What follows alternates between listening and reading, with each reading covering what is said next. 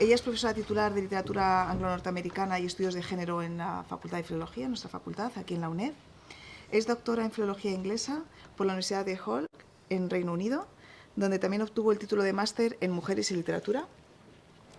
Ha coordinado y participado en numerosos congresos y conferencias nacionales e internacionales, publicado numerosos artículos sobre Virginia Woolf, modernismo, teatro angloamericano, poesía escrita por mujeres y narrativa del siglo XX y contemporánea desde una perspectiva feminista y de género en libros y diferentes libros y revistas nacionales e internacionales.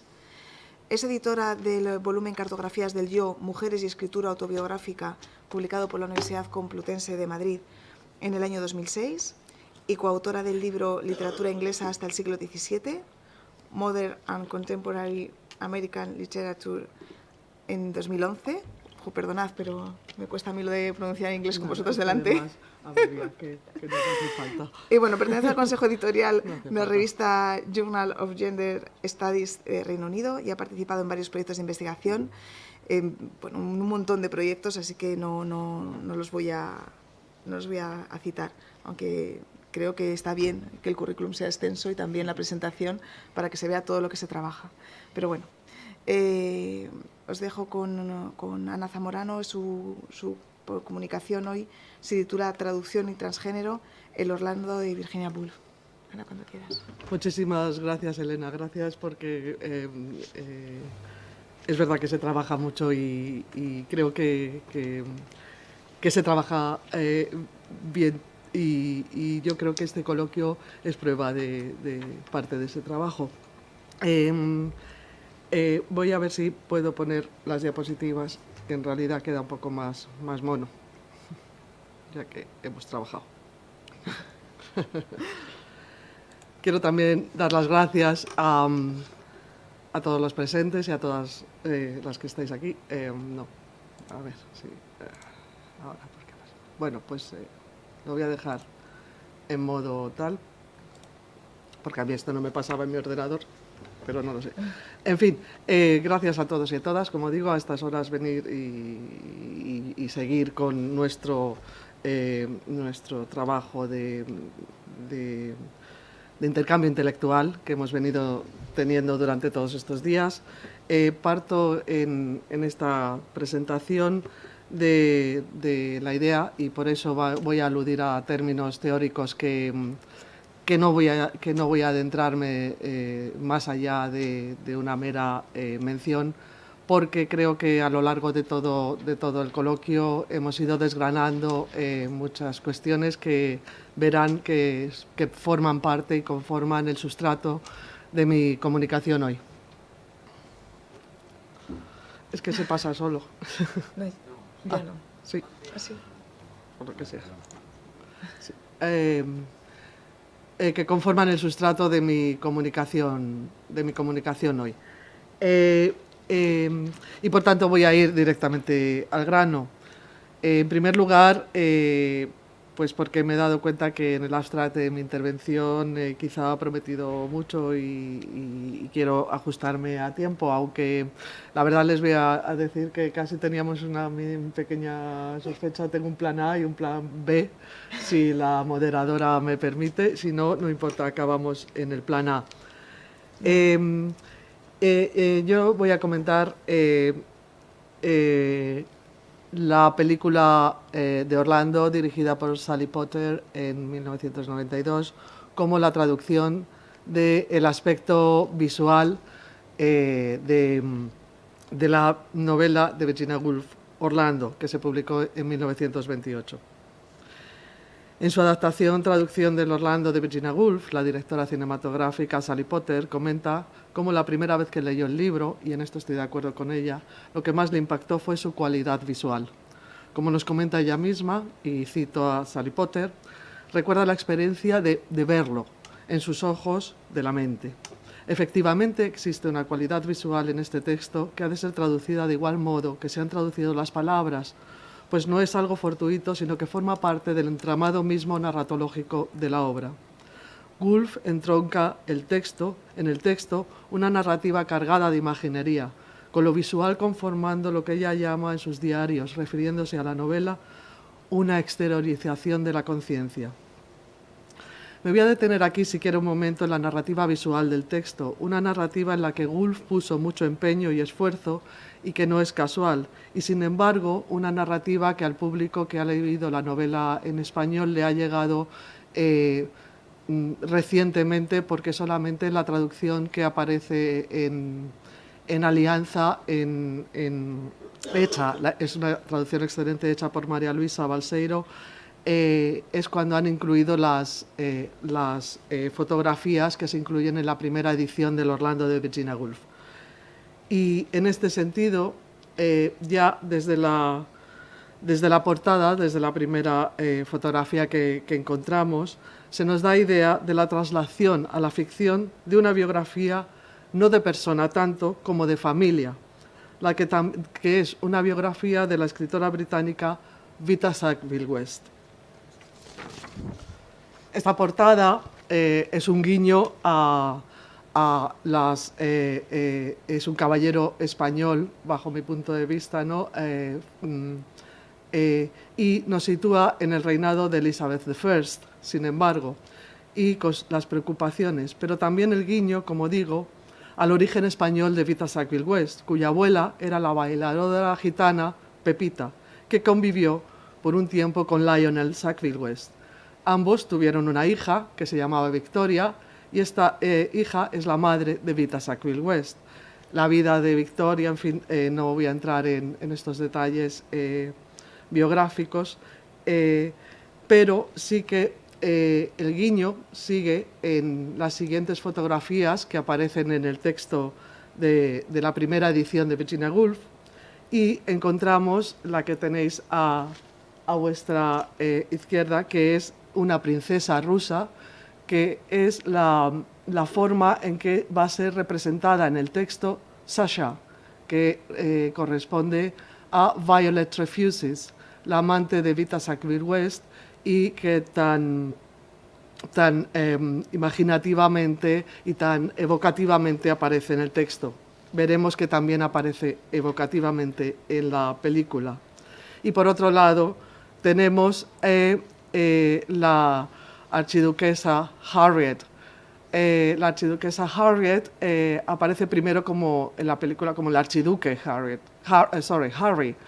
Y es el otro amor, en este caso amor desde él hacia Orlando, en la vida de Orlando.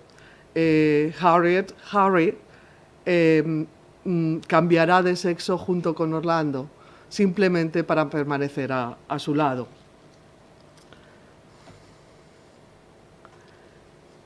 Las siguientes imágenes que aparecen en el texto son por Orlando como embajador.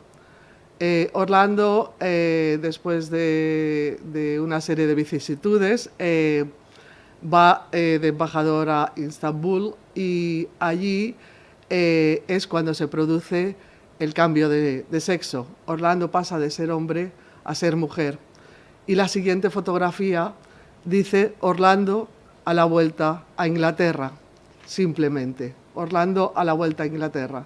Quisiera hacer notar, atraer la atención al parecido absolutamente increíble entre estas dos personas. No son la misma, pero parecieran.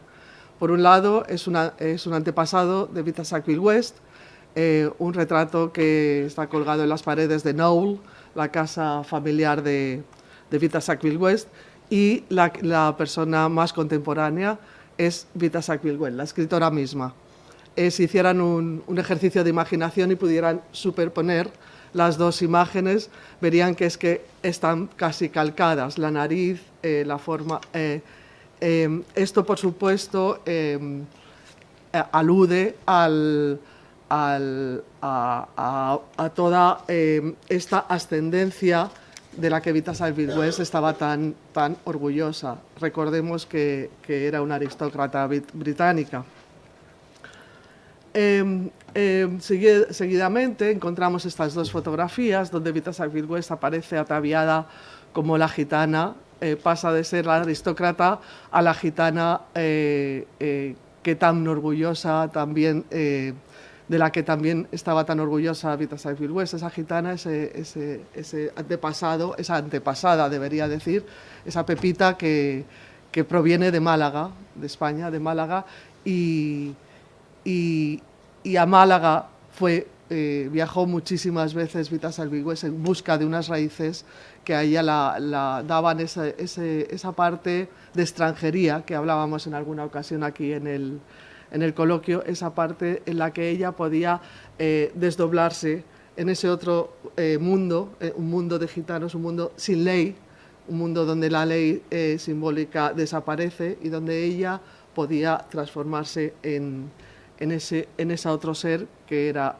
Vita Sackville West, hombre, y ya hablaremos de esto.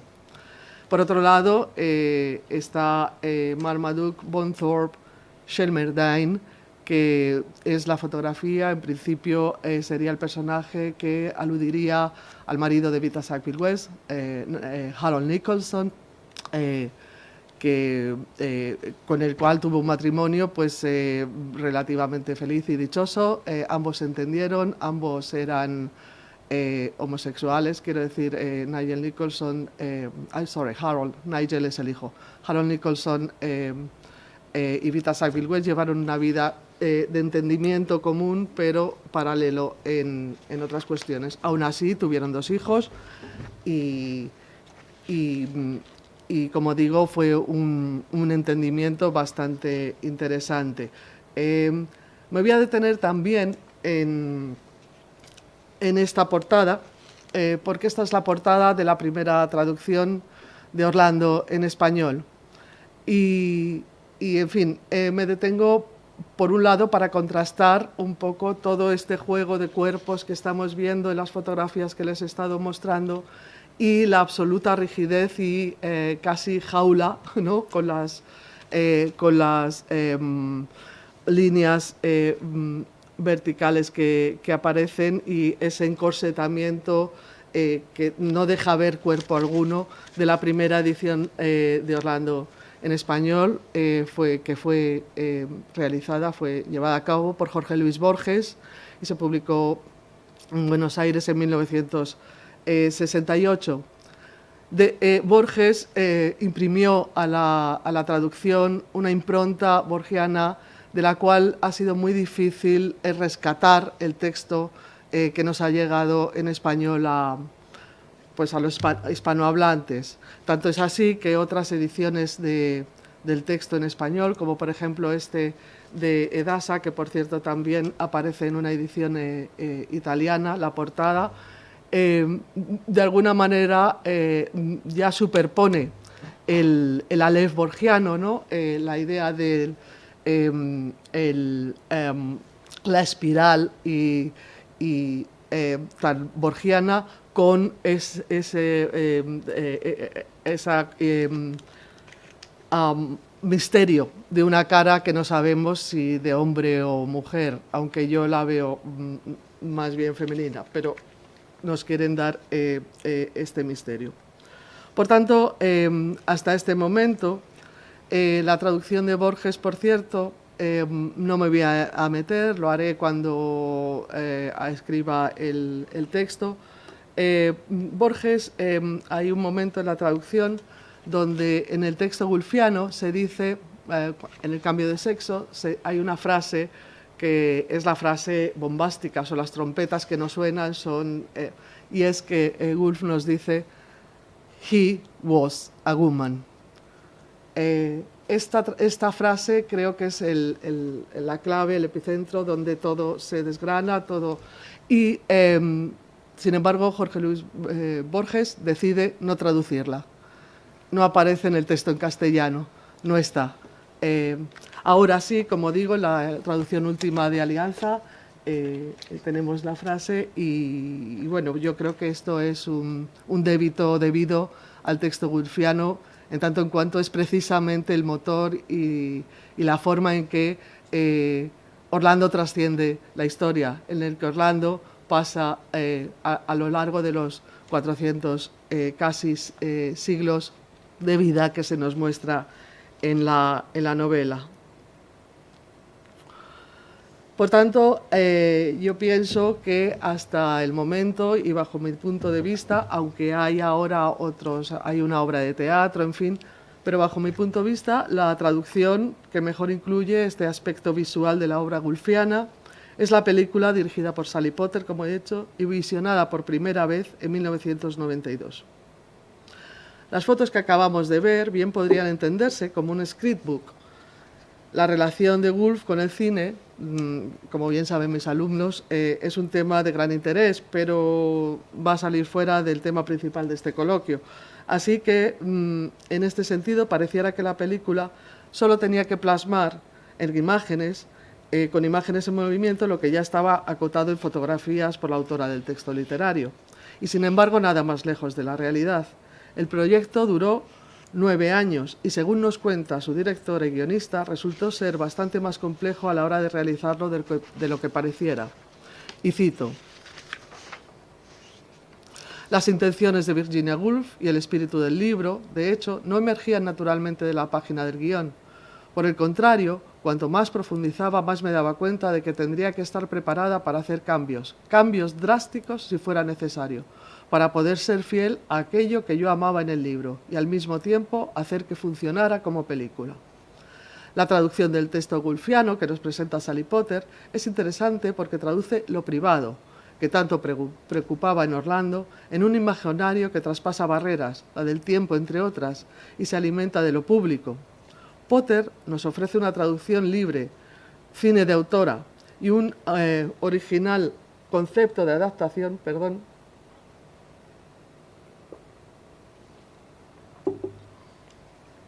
que abandona la idea de fidelidad desde el mismo momento de la concepción del texto cinematográfico. Potter nos ofrece una traducción libre que deja de ser una lectura de la novela para convertirse en una reescritura fiel a la fuente, pero no a la novela misma. Deja de ser otra lectura en tanto que introduce imagen y conecta con la parte visual del texto. Es una traducción visionada, si se me permite. Para Potter, la experiencia fue enriquecedora, no tanto por lo que aprendió sobre la historia, la literatura y las costumbres de los distintos periodos históricos de los 400 años de vida de Orlando, sino porque aprendió, y cito, sobre la idea misma de contar historias y la búsqueda de lo esencial. Los cambios efectuados son de simplificación de la historia para adaptarla a las exigencias narrativas de una película, y en estrecha relación con la idea de hacer Orlando una traducción cinematográfica también encontramos cambios estructurales.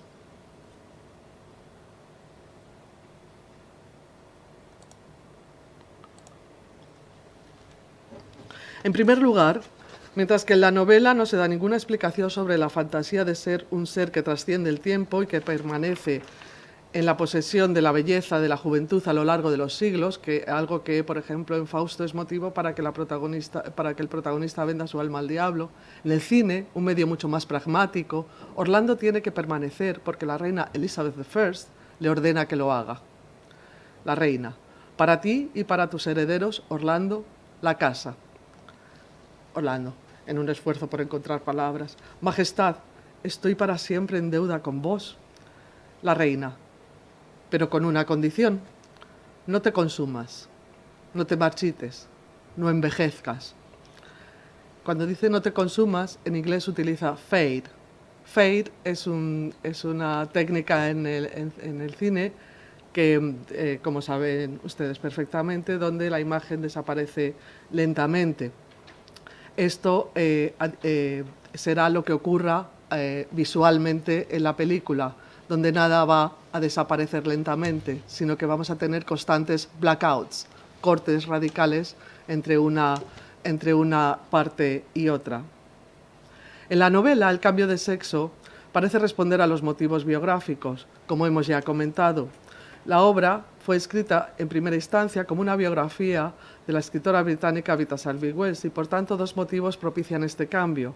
Uno histórico, dado que el ser mujer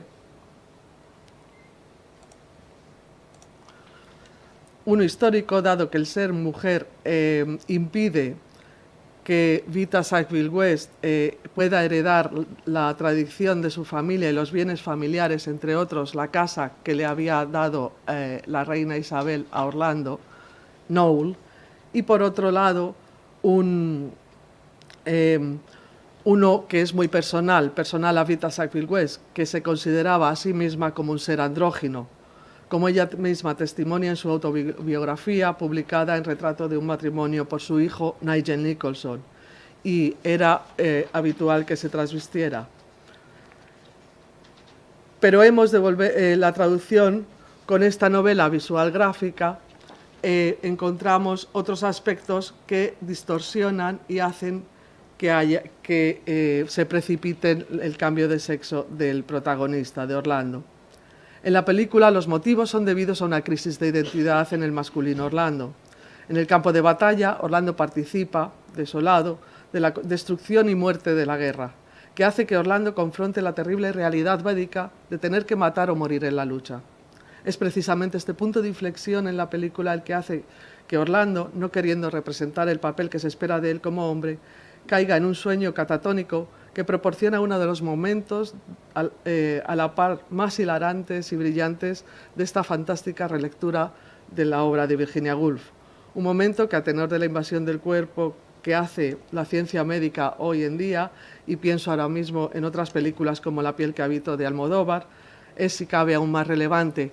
Y me voy a detener a poner una pequeña, justo este momento donde Orlando está dormido.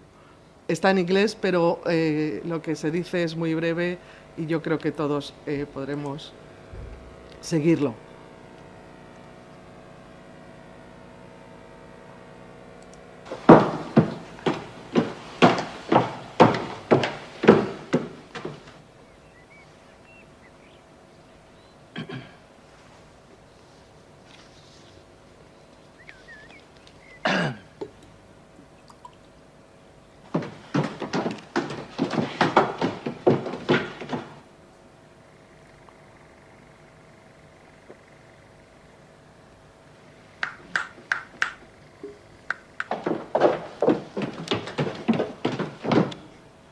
Good morning. It's now time to awake. To such a fine morning. From such a long, refreshing sleep. 6 days, you say? Tomorrow will be the 7th.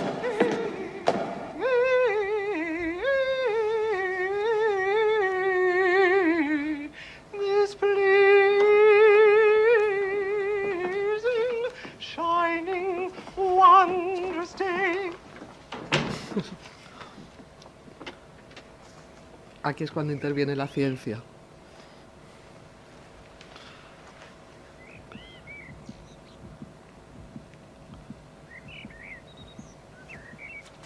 The Lord Orlando is sleeping. Para declarar que está dormido.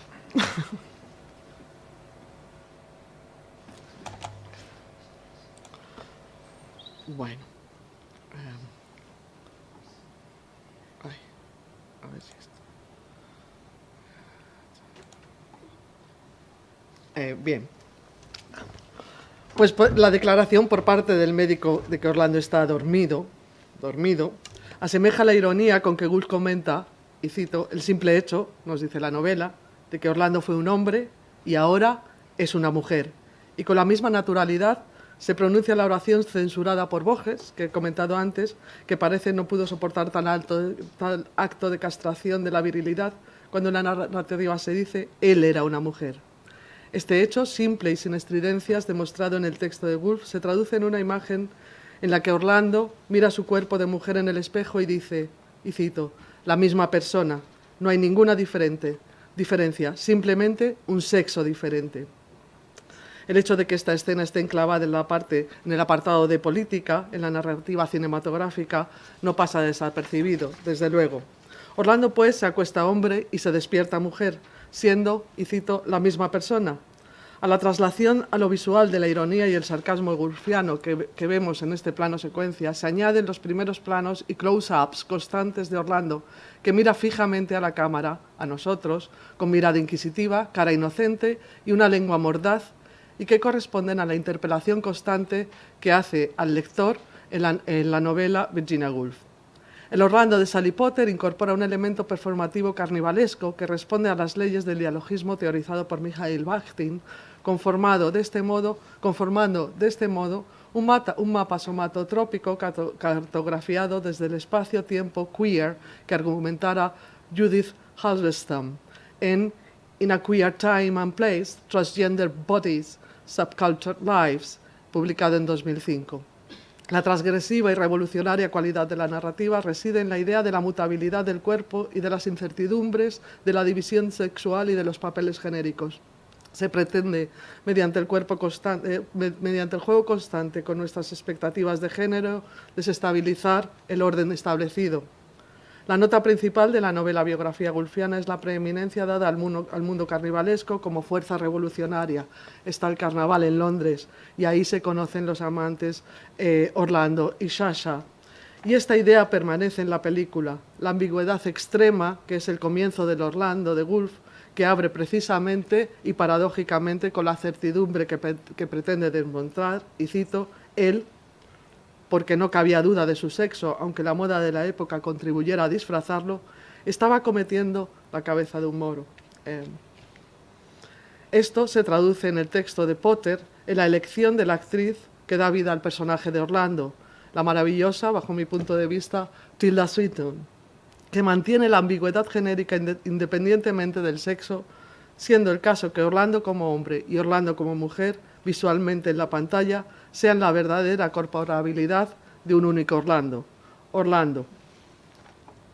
Y aquí me detengo de nuevo.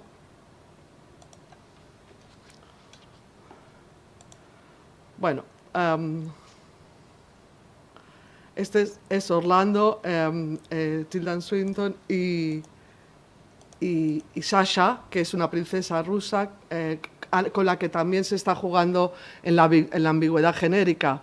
Sasha es la única de todas las mujeres que están en la pista de patinaje que sabe cómo patinar. El resto de las mujeres pierden balance, pierden pie, sin embargo ella es firme, fuerte, y el hecho de que fuera rusa era un chiste particular quiero decir, más que un chiste particular, una maldad malévola de Virginia Woolf, porque Violet Trefusis estaba casada con Dennis Trefusis, que era una de las pocas personas que en esos momentos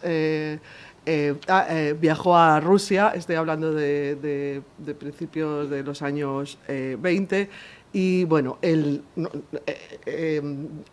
siempre presumía que hablaba ruso, etcétera, etcétera. Entonces, como veis, a ella de alguna forma está anclada en ese matrimonio con Dennis Trefusis. Voy a ir terminando porque creo que me estoy alargando un poco. Podíamos seguir desgranando dentro de la novela otros aspectos que estoy comentando y que son igualmente interesantes, como son, por ejemplo, la muerte, la cuestión de vida y la cuestión de muerte. Muere la reina Elizabeth y Orlando empieza su periplo ya alejado de la corte. Podíamos hablar del personaje de Sasha, del que ya os he comentado, del amor entre Orlando y Sasha, de la decepción de Orlando y de la muerte de la reina. Podríamos hablar del fin del carnaval, que de alguna forma destruye como un diluvio todo aquello que se ha creado hasta ese momento, y es un comienzo, es el primer momento donde todo va a poder volver a comenzar. Podríamos hablar del Orlando poeta, de las constricciones sociales impuestas al Orlando mujer, o cómo el archiduque Harry se convierte en archiduquesa Harriet, que ya he comentado. Y podíamos seguir a Orlando en diversas etapas de su vida, como la vestimenta del Orlando mujer es un impedimento al cuerpo femenino de Orlando, no el cuerpo en sí, sino la vestimenta que no le permite. Hay una escena maravillosa donde Orlando, con el traje que veis en la foto, intenta pasar por un pasillo y no cabe. Entonces no puede ni entrar ni ni salir, ¿no? Es otra vez esa jaula del cuerpo que, bueno, pues que a lo mejor tampoco es tan desafortunada en la primera portada de la edición española. También podríamos hablar del encuentro con Shelmerdine, que aquí hay una diferencia entre el texto de Virginia Woolf y el texto de Orlando, porque, para empezar, Marmaduke Shelmerdine es americano, no británico, y esta diferencia, por supuesto, corta un poco toda la cuestión historiográfica que nos presenta de la historia de Gran Bretaña en el texto woolfiano, y además introduce al Nuevo Mundo, con lo cual la posibilidad de unas nuevas construcciones. También hay otro cambio en la película, y es que Orlando y Shelmerdine se separan, mientras que la película en el texto permanecen juntos. También hay el cambio quizá más radical, donde es una apuesta de Sally Potter que, bueno, pues se puede estar de acuerdo o en desacuerdo. Orlando en el tiempo presente, en la novela, el tiempo presente de la novela es 1928, sin embargo el tiempo presente de la película es el tiempo presente, es 1992. Ella comenta un poco sobre la decisión que tuvo que tomar para hacer esto. No me voy a alargar porque ya me estoy, de hecho, alargando bastante. También la ubicación de donde se hacen los rodajes, en Rusia, en Uzbekistán. Podríamos comentar el hecho de esta extranjerización, en fin, esta geodimensión de la película en todos los aspectos que nos presenta. He hablado de la protagonista, Tilda Swinton, pero también es un reparto excelente: Billy Zane, John Good, Charlotte Valery, etcétera, etcétera, etcétera, y que forman una pieza clave para que la película funcione. Y termino diciendo que Orlando es una historia sobre la impermanencia, sobre lo fluido y lo no fijado que conforma la identidad del individuo. La particular relación de la traducción al lenguaje cinematográfico de la novela de Virginia Woolf dan cuenta de la intrincada relación entre creatividad y género y las relaciones de poder subyacentes. Así es como conectamos con mundos que de otra forma nos serían vetados. ¿Y cómo transformamos? Y me voy a permitir un guiño biográfico. ¿Y cómo transformamos las historias para hacerlas nuestras? Aun cuando el tiempo haga que nos preguntemos cómo traducir el tiempo mismo, algo que Sally Potter consigue exquisitamente con los drásticos cortes y exquisitos blackouts. Gracias.